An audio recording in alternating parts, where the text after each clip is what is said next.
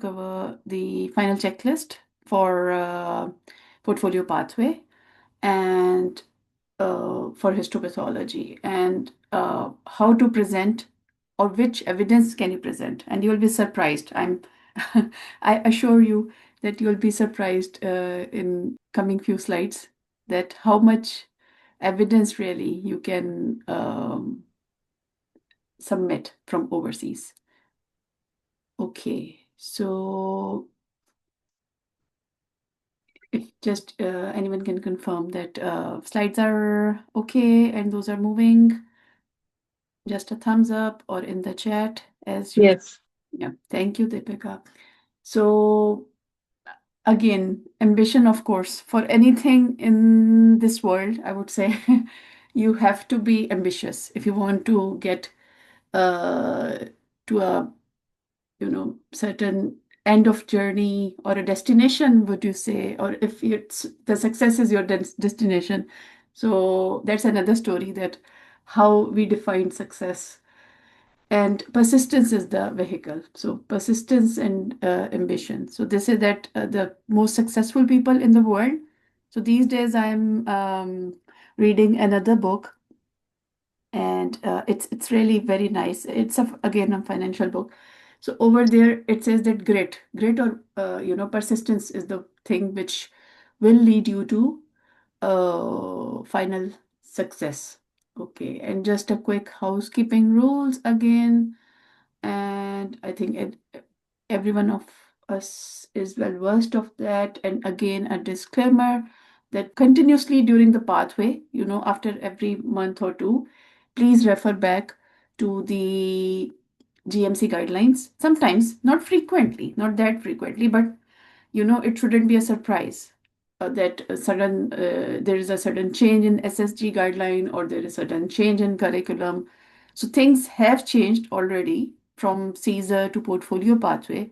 Initially, it used to be called Article 14, and then it was a UK government's legislation, and then Caesar, and then CESR, and then now portfolio. So again, what is the standard of assessment for the portfolio pathway and how slightly it differs from the CSER? That it is now knowledge, skills, experience. Previously also it was like that, but now they are counting overseas experience more so over. So it's I wouldn't say that it's very easy for us, but it's very smooth for us to present the overseas evidence. And in coming few slides, I'll just show you that how easy it is if you are working in a good center, not a very excellent center. You don't need to work in a very big teaching hospital or otherwise. But if it has got a decent workload for histopathology, then how easy it is to present the evidence and start from the start. I always say that make the like I will give you now checklist so you can make the folders in the cloud and start mapping your evidence from the start. So I always say that the most difficult thing in portfolio pathway or Caesar pathway is the submission. It's not the collection of evidence, it's the how organization and submission. For me, I don't know about others, but it was the most, and for the assessor also, the more more easily and more robust evidence is there, the more easy for the assessor to see the evidence, map the evidence, and literally it will expedite your application in the process. So this is the final checklist. Apart from that, you won't be required for anything else in the portfolio pathway. So the last two, why I have made those in red, is that these were the workshops for data protection. I think data protection still you can do from overseas.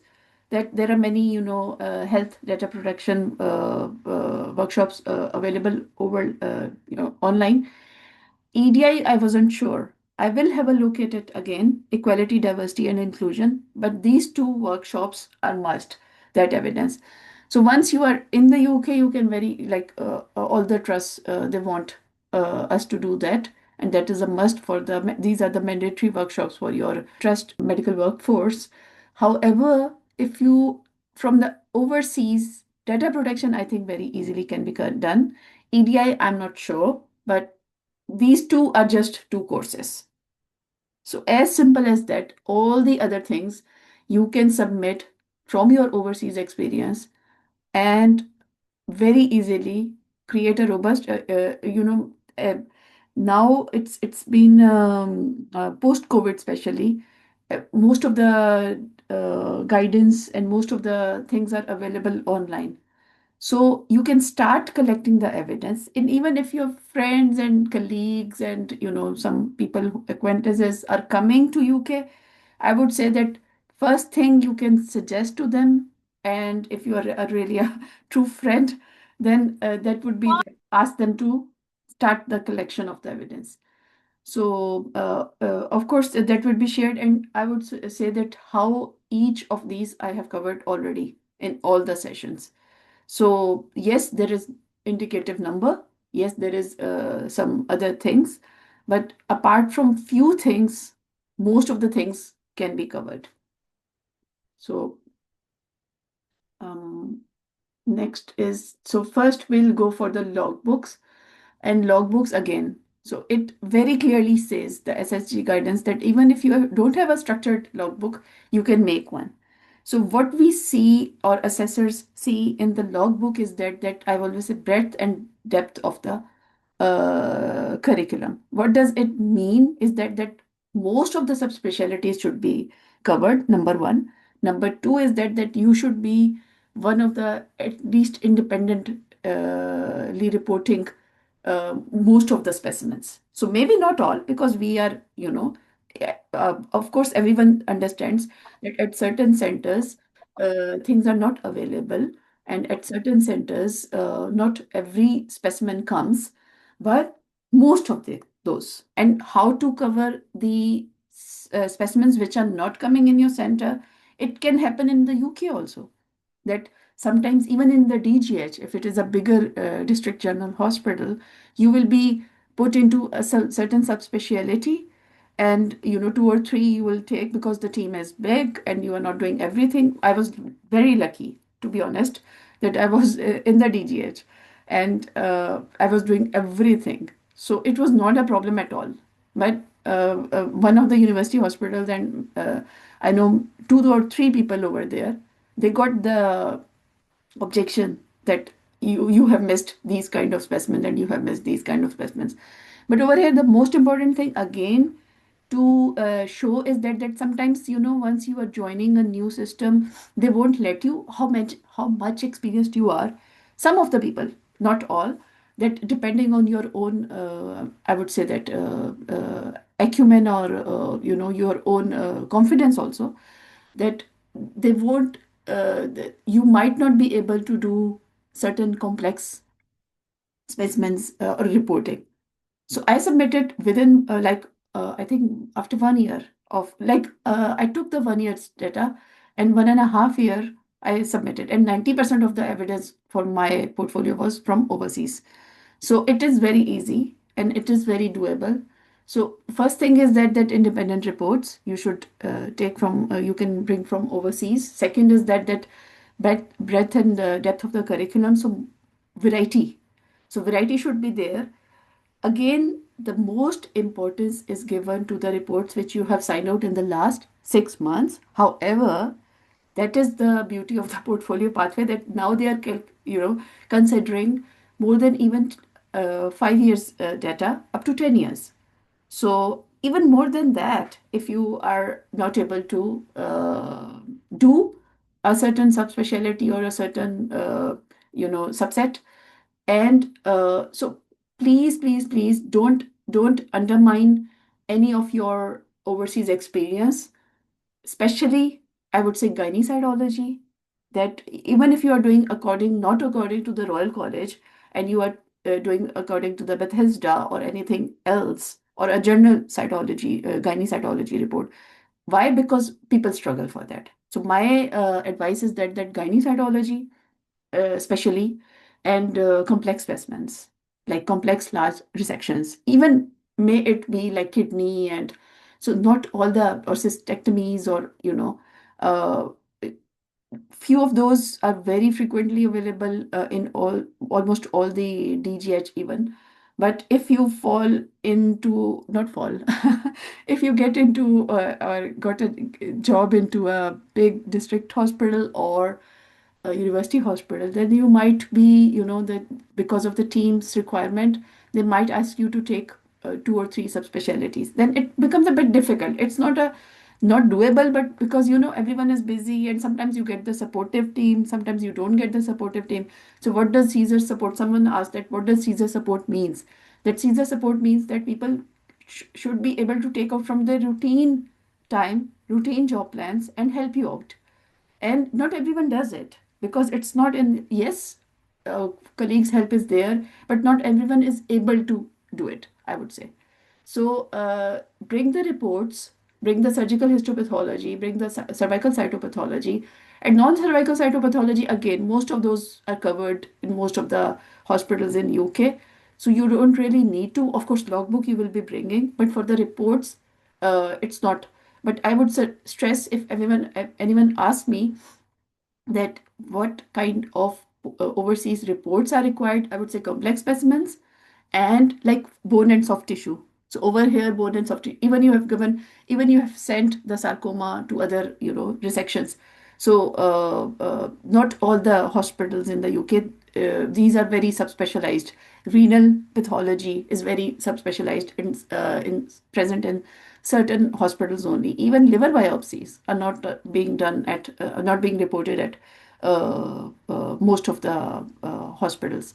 So those kind of, I would say, subspecialties. So liver medical, renal medical, resections, big resections of certain organs, and I would say that cervical cytopathology. So those reports. Autopsy, again, it depends that whether you are doing autopsy or you are not doing. So pediatric autopsy I did during my immediately post fellowship in Pakistan, and then in Saudi Arabia we were reporting the autopsies, but the blocks and the performance had already been done by someone else. So, but I still got those, and I think I submitted one or two of the reports that I'm doing, at least reporting of the medical legal autopsies. So it all depends. Autopsies you have to cover most of the time in the UK. There is a question that for autopsy, is the logbook supposed to be signed by the supervising consultant? Yes, a letter or a logbook. So logbook is not should it's not mandatory to get signed, but of course once you get the letter that you have done the autopsies, 40 autopsies, or under supervision, so it is needed. And yes, number two, you have said you don't have overseas autopsy logbook now.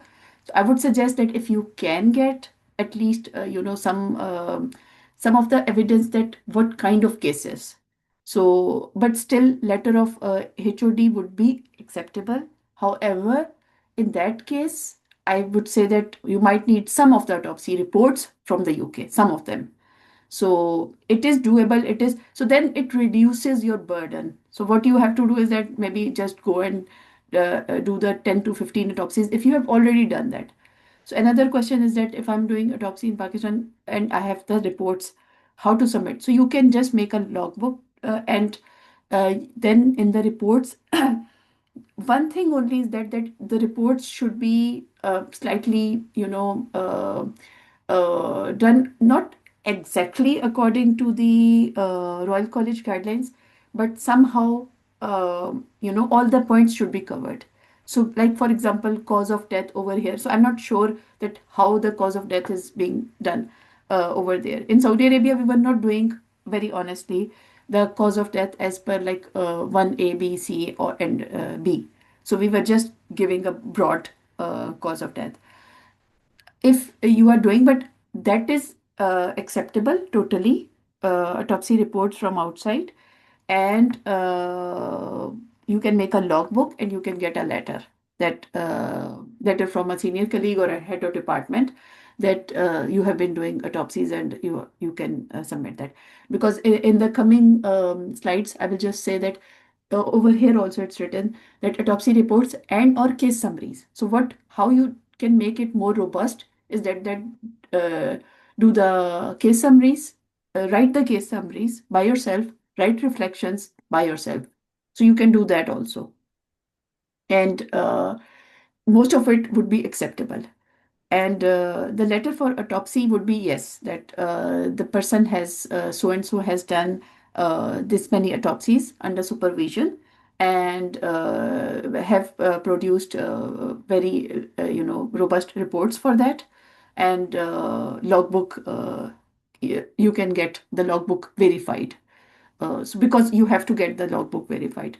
So on the logbook, because what I can totally understand where people are coming from. Why? Because uh, in the overseas, the stamp and signature is, we give it a lot of importance.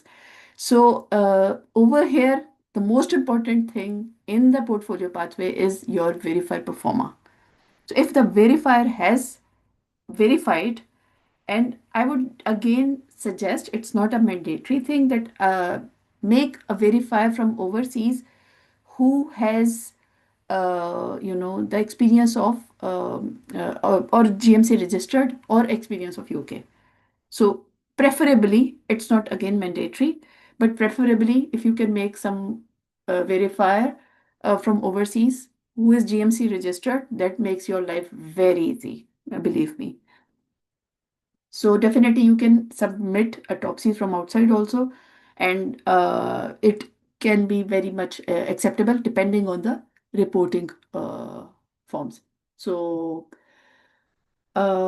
then training assessments and ARCPs. So if you have done training in the last 5 years, so you can always submit the training assessments. If those are not there in a very robust, most of the centers would have the training assessments, but if you don't have that, you can make one. And because it will take time, if you start thinking that okay, I have to go to UK, you can get that single logbook, the center from one hospital, one verifier. That's it. That's a requirement. So even if you have done autopsies under someone else, I would give you an example that I did neuropathology rotation and pediatric pathology rotation and autopsies from another center. I got it signed from a person. Like I did autopsies with two or three consultants over there, but I got the verification done by a single person. They gave me the letters for neuropathology. The neuropathologist gave the letter, and then uh, sorry, and for the pediatric pathology also. And but the verifier was one. So you can in the logbook you can put multiple consultants, multiple, because it won't happen that some like two or three neuropathologists are there. So you someday you might spend some time with one consultant and the other day with other consultant. So verifier should be could be the it is required as one verifier from single center. That's it. And do we need to do ARCP after doing WA? No, it all depends that when you have done your training. So if you have done your training, any training position within past 5 years, then you need ARCPs. Otherwise, you don't need that. And WBAs are more than enough. And neuro and pediatric cases, yes, those are definitely sufficient to submit. And but again, it depends on the quality. So there is a very high. So pediatric case shouldn't be very simple. So it should be like if there is some tumor in neuroblastoma, or maybe it's like I'm just giving you examples that Wilms tumor of kidney, or maybe some pediatric sarcoma, and or some acute lymphoblastic leukemia, something of the sort, which where so quality is very important, and those are totally acceptable. Because believe me or not, I did not submit. That's fine. That's totally fine if degenerative diseases are not there. If they are doing some moleculars, or if they are doing some very good immunomarkers. So it shouldn't be like simple H&E. things, I would say. So quality is very important. So if those are of good quality, those are totally acceptable. So, people from overseas, if in neuropathology, I know one of the centers in Pakistan, they are doing almost everything which a good neuropathology center in the UK is doing. So, like all the immunomarkers are being applied and all the moleculars are being done, most of the, like the most important panels. So that's fine. And no, more than if you have got evidence for MD training and those for past many years, you don't need to give that. But employment history, you have to give from your primary medical qualification. You have to give employment history. However, so question is that do we need to show MD training evidence from overseas if done 10 years back, or employment history of 5 years is enough? So answer to that is that in your CV and your the for the GMC application, you have to give your employment history from your primary medical qualification. But your if you have done your MD or fellowship from overseas, which has been authenticated by a solicitor or by the college or the university or the professional body which provided you the certificate, that is enough. So you don't need to give the evidence for it was a question mark that curriculum should be given or not given, and if it is a structured training or not. So it all depends that when you have done that. So if you don't have the certificate for house staffship or RMOship after MBBS, but that's fine. That's fine. So employment letters are more than enough. They won't even ask you, but they can ask you. Employment letters are more than enough. But if those are, older than 5 years, those are not even given that much importance. Very honestly.